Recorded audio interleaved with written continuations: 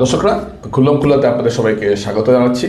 দর্শকরা, আপনারা যারা এই ভিডিওটি দেখছেন তারা সঙ্গে সঙ্গে আমার অনুরোধ, যারা ইউটিউবে দেখছেন তারা বেশি বেশি করে সাবস্ক্রাইব করবেন এবং যারা ফেসবুকে দেখছেন তারা বেশি বেশি করে শেয়ার করবেন, লাইক করবেন, কমেন্ট করবেন।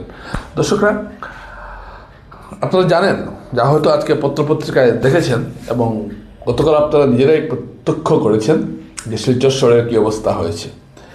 পদ্মনগর, বিলপার পদ্মনগর এলাকার মানুষ ভোট বয়কটের ডাক দিয়েছেন।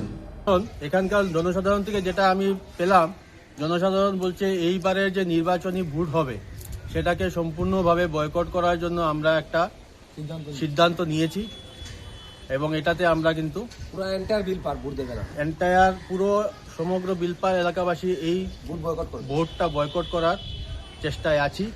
যদি এটা তাড়াতাড়ি সমস্যার সমাধান না হয় এবং যারাই এই কাজের নর্দমার কাজের নিয়েছে তাদেরকে আমি বলবো যে তাড়াতাড়ি এটাকে শেষ করুন, যাতে জল তাড়াতাড়ি নিষ্কাশনের ব্যবস্থাটা তাড়াতাড়ি শেষ হয়। দর্শকরা, পরিস্থিতি এমন দাঁড়িয়েছে যে শিলচর শহরের মধ্যে কেন্দ্রস্থলের একটা জায়গা থেকে আজকে ভোট বয়কটের ডাক উঠেছে। আমরা সাংবাদিকতা করি, আমরা দেখি যে দূর দূরান্তের বিভিন্ন গ্রামে রাস্তা নেই, পানীয় জল নেই, সেখানকার মানুষ ভোট বয়কটের ডাক দেন। তারা বলেন যে আমাদেরকে রাস্তা না হলে ভোট দেব না, পানীয় জল না হলে ভোট দেব না। সেই রাস্তা কত টাকার রাস্তা হলো, হয়তো 50 লক্ষ, 10 লক্ষ। সেই রাস্তার জন্য তারা ভোট বয়কটের ডাক দেন, তারপর তাদেরকে বোঝানো হয়, পরে সেই রাস্তা হয়, এভাবে চলে। কিন্তু শিলচর শহরের বুকে ভোট বয়কটের ডাক, এটা আশ্চর্যের ব্যাপার। এটা আমরা প্রথম দেখলাম। এবং এই যে পদ্মনগর এলাকার মানুষ যে ভোট বয়কটের ডাক দিয়েছেন, তারা কেন দিয়েছেন? তারা প্রতারিত হয়েছেন, তারা আশাহত হয়েছেন। তারা ভেবেছিলেন যে তাদের সমস্যার সমাধান হবে, তারা সবার কাছে গেছেন, কিন্তু তাদের সমস্যার সমাধান হয়নি। এবং বিলপাড়ের এই যে ঘটনাটা ঘটছে, এটা কিন্তু আজকের নয়, অনেক দিন থেকেই এটা চলে আসছে। গত 2 বছর থেকে বিলপাড়ে জলে ডুবে আছে। এখন পরিস্থিতি আরও ভয়াবহ হয়েছে, কারণ কিছু নির্মাণ কাজ চলছে, যার জন্য এই জলটা বেড়েছে। এখন কিছু কিছু সব জান্তা নেতা আছেন, অহংকারে উদ্দীপিত কিছু নেতা আছেন, তারা বলবেন যে না না না, কষ্ট, ডেভেলপমেন্ট হতে গেলে এরকম একটু কষ্ট তো সহ্য করতে হবে। নিজে আরামে থেকে এগুলো কথা বলা খুব সহজ, কিন্তু যাদের ঘরে জল ঢুকছে, যারা কষ্ট করছেন, তারা বুঝছেন ঠেলাটা কি। একটা সরকারের কর্তব্য কি? নিশ্চয়ই ডেভেলপমেন্ট সরকারের কর্তব্য, কিন্তু সেটাও সরকারকে দেখতে হবে ডেভেলপমেন্ট করার সময় যাতে মানুষের অসুবিধা না হয়। শীতের দিনে কাজটা শেষ করার কথা, কেন আপনারা শীতের দিনে কাজটা শেষ করলেন না? এই শীতের দিনে কাজ শেষ না করার ফলে আজকে গোটা এলাকার মানুষ ভুগছেন। এই এলাকায় এমন অবস্থা আছে, আমি দেখিয়ে দেবো। 2 তলা বাড়িতে বৃষ্টির জল উঠেছে, জমা জল উঠে এমন বাড়িও আছে। অনেকে বাড়ি ছাড়া, বিলপার এলাকার অনেক মানুষ বাড়ি ছেড়ে দিয়েছেন। তো এই নির্মাণ কাজের জন্য যে তারা এমনিতেই জল তো আছেই আছে, এটা তো আর বলে লাভ নেই, এমনিতেই জমা জল তো আছেই, সারা বছর থাকছে। তারপরে নির্মাণ কাজের জন্য জলটা আরও বেড়েছে।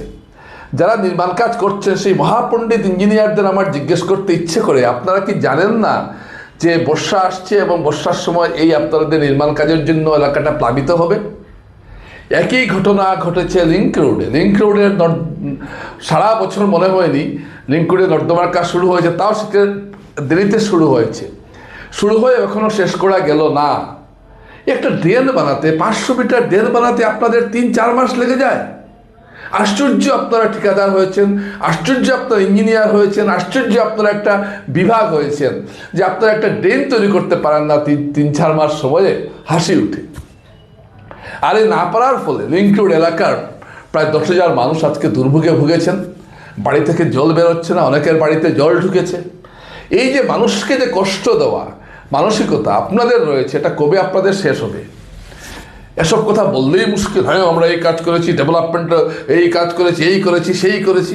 আরে বাবা, এই করেছেন, সেই করেছেন, অনেক কিছু করছেন, কিন্তু মানুষ তো ভুগছেন। মানুষ তো ঘর থেকে বের হতে পারছেন না।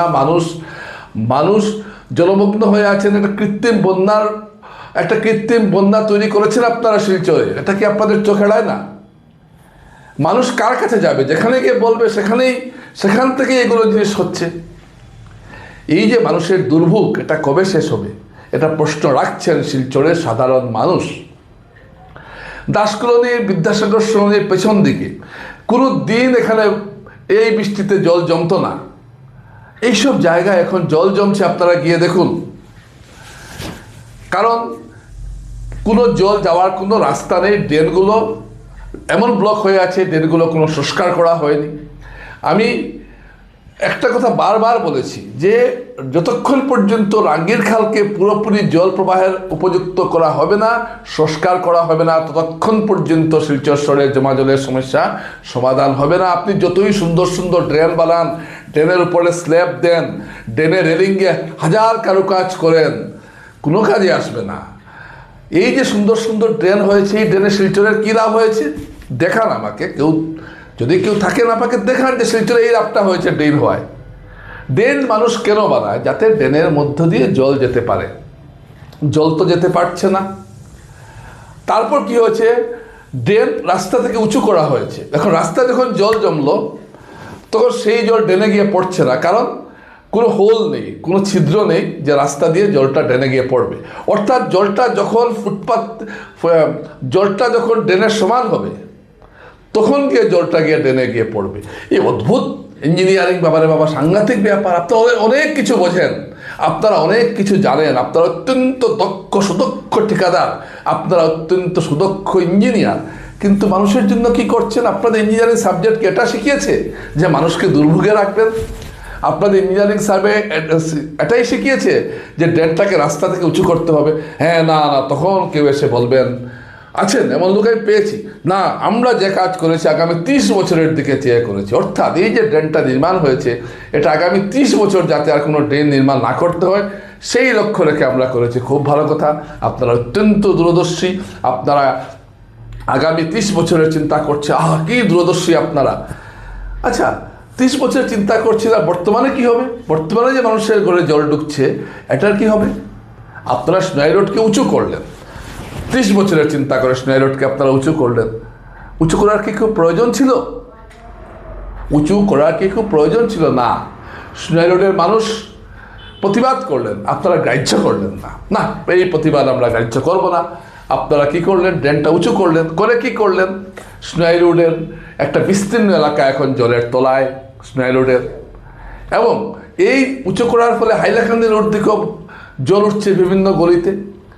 ন্যাশনাল হাইওয়ে একটা কালভার্ট করা হলো। কেন করা হলো? অনেক দিন মানুষকে কষ্ট দিয়ে 1 ওয়ে 2 ওয়ে করে বিরাট যানজট করে, ঘন্টার পর ঘন্টার যানজট করে মানুষকে আপনারা কষ্ট দিলেন। সেই কষ্টের ফলটা কি মিলল? এর থেকে তো আগের কালভার্টটাই ভালো ছিল। এখন তো জলই যেতে পারছে না। আপনারা কালভার্টের নিচে জালি দিয়েছেন, সেই জালিতে জল আটকে যাচ্ছে, সেই জালিতে আবর্জনা আটকে যাচ্ছে। আবর্জনা আটকে যাওয়ার ফলে ব্লক হচ্ছে ড্রেন, এবং এই ব্লক হওয়ার ফলে এলাকাতে জল ছড়িয়ে পড়েছে বিভিন্ন গলিতে। এত ছোট আপনারা কালভার্ট তৈরি করেছেন যে গোটা স্নাই রোডের জলে কালভার্ট দিকে যেতে পারছে না। এত চিন্তাধারা আপনাদের যে আপনারা এইটুকু চিন্তা করলেন না। আপনারা আবার ইঞ্জিনিয়ার। কি ইঞ্জিনিয়ার আপনারা? আপনাদের ইঞ্জিনিয়ারিং দেখে তো আমার হাসি উঠছে। দর্শক, আজকে আমি এই কথাগুলো এই জন্য বলছি যে শিলচর শহরকে যদি রক্ষা করতে হয় তাহলে শিলচরের মানুষকেই করতে হবে, এবং শিলচরের মানুষকে আরও বেশি সচেতন হতে হবে। আপনারা আবেগিক হবেন না, সচেতন হন, না হলে শিলচরকে রক্ষা করা মুশকিল হবে। এমন দিন আসবে এক পশলা বৃষ্টি দিলে সারা শিলচরে জল এখনই উঠছে, আর উঠবে কি? এখন তো সবে মাত্র মার্চ মাস। দেখুন না, এপ্রিল মাসে কি বৃষ্টি আসে, মে মাসে কি বৃষ্টি আসে, জুনে কি বৃষ্টি আসে। সেই সময় কি করবেন সেই চিন্তাটা করুন। এখন তো কিছু করারও নেই। এই বর্ষাতে কি আপনি আর ড্রেন নির্মাণ করতে পারবেন? এক রাঙ্গির খাল মাত্র আমি দেখলাম 3 কিলোমিটার জায়গা মাত্র রিটেনিং আপনার গার্ডওয়াল দেওয়া হয়েছে। আরে গার্ডওয়াল তো দেবে বাবা, আগের ড্রেনটাকে পরিষ্কার করা হোক। ড্রেনটাকে পরিষ্কার করা হয়নি, জায়গায় জায়গায় আবর্জনা জমে আছে, এবং গার্ডওয়াল করার জন্য সময় যথেষ্ট ছিল, সেই সময়টাকেও কাজে লাগানো হয়নি। সব মিলিয়ে একটা অব্যবস্থা শিলচর শহরে আমরা দেখছি। আমি রাস্তাঘাটের দিকে গেলাম না, রাস্তাঘাটের কথা আমি আজকে আনছি না, আমি শুধু জমা জলের কথাটা আনছি। এইভাবে যদি হয় তাহলে কিভাবে হবে আপনারা বলুন? এসব দেখার দায়িত্ব কার? আমি কাউকে দোষারোপ এই মুহূর্তে করছি না, কারণ আমি দোষারোপ না করার মতো একজন লোকও খুঁজে পাচ্ছি না যে যাকে আমি দুষবো না। যারা যারা এইসব ঘটনার সঙ্গে জড়িত আছেন প্রত্যেকটা মানুষকে আমি এখানে দুষবো, এই শিলচরের মানুষকে আজকে এই গণদুর্ভোগের মধ্যে ফেলার জন্য। অনেকে হয়তো আমাকে মনে মনে ভাবছেন যে কি বলছে, এত সুন্দর সুন্দর কাজ হয়েছে, লোকটাকে দেখে না। আমি সব দেখছি, আপনারা অত্যন্ত সুন্দর কাজ করেছেন, দেখার মতো কাজ করেছেন, বাঁধিয়ে রাখার মতো কাজ করেছেন, ক্যালেন্ডার বানিয়ে ফ্রেম করার মতো কাজ করেছেন, বড় বড় আপনাদের কাজের কীর্তিগাথা একটা বইয়ে লিপিবদ্ধ করে রাখার মতো বইও তৈরি করা যেতে পারে, এমন কাজ আপনারা করেছেন। কিন্তু ফল কি? আপনারা হলেন সেই ছাত্র, যে ছাত্র সারা বছর 8 ঘন্টা পড়াশোনা করে পরীক্ষায় গিয়ে ফেল মারে। আপনারা টাকা ফেল মেরেছেন, আজকে মানুষ দুর্ভোগে ভুগেছেন। প্রতিটা এলাকায় আপনারা যান, আমার পাশে ছবিগুলো দেখছেন, এগুলো এক একটা শিলচর, এক একটা এলাকার দুর্দশার চিত্র উঠে আসছে। না হলে শিলচর শহরের মতো একটা শহর থেকে ভোট বয়কটের ডাক আসতে পারে, এটা ভাবতে পারেন?